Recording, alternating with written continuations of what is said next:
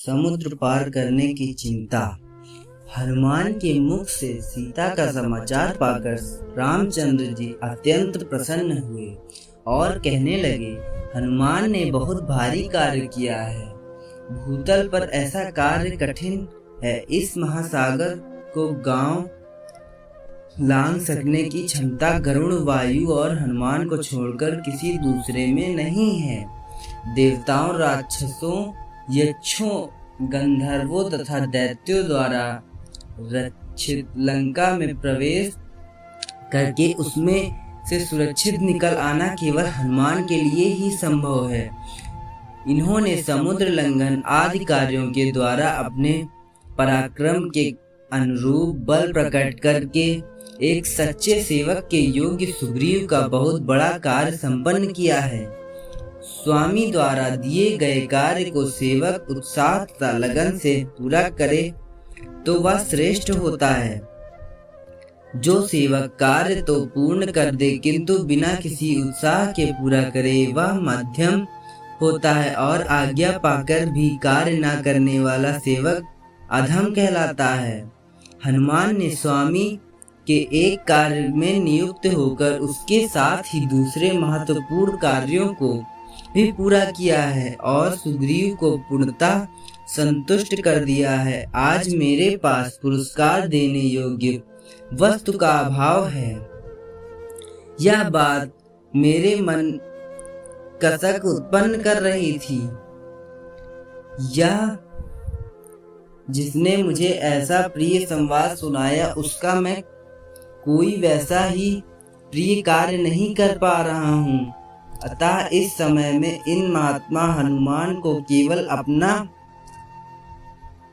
प्रगाढ़ आलिंगन प्रदान, अपना सर्वस्व इसे समर्पित करता हूँ। ऐसा कहते कहते श्री रामचंद्र जी ने अंग प्रत्यंग प्रेम से पुलकित हो गए और उन्होंने अपनी आज्ञा के पालन में सफलता पाकर लौटे हुए पवित्र आत्मा हनुमान जी को हृदय से लगा लिया।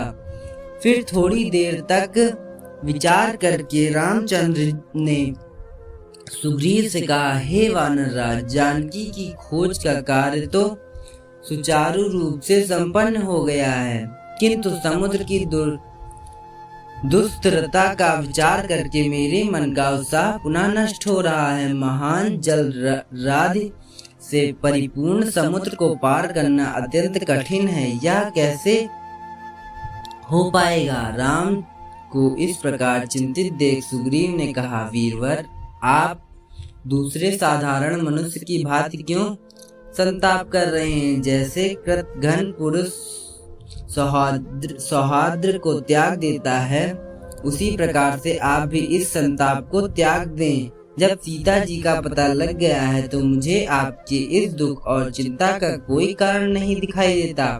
मेरी वानर सेना की वीरता और पराक्रम के सामने यह समुद्र बाधा बनकर खड़ी नहीं हो सकती। हम समुद्र पर पुल बनाकर उसे पार करेंगे। परिश्रम और उद्योग से कौन सा कार्य सिद्ध नहीं हो सकता। हमें कायरों की भांति समुद्र को बाधा मान निराश होकर नहीं बैठना चाहिए। सुग्रीव के उत्साहपूर्ण शब्दों से संतुष्ट होकर राघव हनुमान से बोले, हे वीर हनुमान, कपिराज सुग्रीव की पुल बनाने की योजना में मैं सहमत हूँ। यह कार्य शीघ्र आरंभ हो जाए, ऐसी व्यवस्था तो सुग्रीव कर देंगे। इस बीच तुम मुझे रावण की सेना, उसकी शक्ति, युद्ध कौशल, दुर्गों आदि के विषय में विस्तृत जानकारी दो। मुझे विश्वास है कि तुमने इन सारी बातों का अवश्य ही विस्तार पूर्वक अध्ययन किया होगा। तुम्हारी विश्लेषण क्षमता पर मुझे पूर्ण विश्वास है। रघुनाथ जी का आदेश पाकर पवन पुत्र हनुमान ने कहा, हे सीतापते, लंका जितनी ऐश्वर्य तथा समृद्धि से युक्त है उतनी ही वह विलासिता से डूबी हुई भी है। सैनिक शक्ति उसकी महत्वपूर्ण है, उसमें असंख्य उन्नत हाथी, रथ और घोड़े हैं। बड़े बड़े पराक्रमी योद्धा सावधानी से लंकापुरी की रक्षा करते हैं। उस विशाल नगरी के 4 बड़े बड़े द्वार हैं। प्रत्येक द्वार पर ऐसे शक्तिशाली यंत्र लगे हुए हैं जो लाखों की संख्या में आक्रमण करने वाले शत्रु सैनिक को भी द्वार से दूर रखने की क्षमता रखते हैं। इसके अतिरिक्त प्रत्येक द्वार पर अनेक बड़ी बड़ी शतघनी तोप रखी हुई हैं जो विशाल गोले छोड़कर अपनी अग्नि से समुद्र जैसी विशाल सेना को नष्ट करने की सामर्थ्य रखती हैं। लंका को और भी अधिक सुरक्षित रखने के लिए उसके चारों ओर अभेद स्वर्ण का परकोटा खींचा गया है। परकोटे के साथ साथ गहरी खाइयां खुदी हैं जो अगाध जल से भरी हुई हैं। उस जल में नक्र मकर जैसे भयानक हिंसक जलजीव निवास करते हैं। परकोटों पर थोड़े थोड़े अंतर से ब्रुज बने हुए हैं। उन पर विभिन्न प्रकार के विचित्र किंतु शक्तिशाली यंत्र रखे हुए हैं। यदि किसी प्रकार से शत्रु के सैनिक परकोटे पर चढ़ने में सफल हो भी जाएं तो यंत्र ये अपनी चमत्कारिक शक्ति से उन्हें खाई में धकेल देते हैं। लंका के पूर्वी द्वार पर 10 सहस्त्र पराक्रमी योद्धा शूल तथा खड्ग लिए सफलतापूर्वक पहरा देते हैं। दक्षिण द्वार पर 1 लाख योद्धा अस्त्र शस्त्रों से सुसज्जित होकर सदैव सावधानी की मुद्रा में खड़े रहते हैं। उत्तर और पश्चिम के द्वार पर भी सुरक्षा की ऐसी ही व्यवस्था है। इतना सब कुछ होते हुए भी आपकी कृपा से मैंने उनकी शक्ति काफी क्षीण कर दी है, क्योंकि जब रावण ने मेरी पूंछ में कपड़ा लपेट कर आग लगवा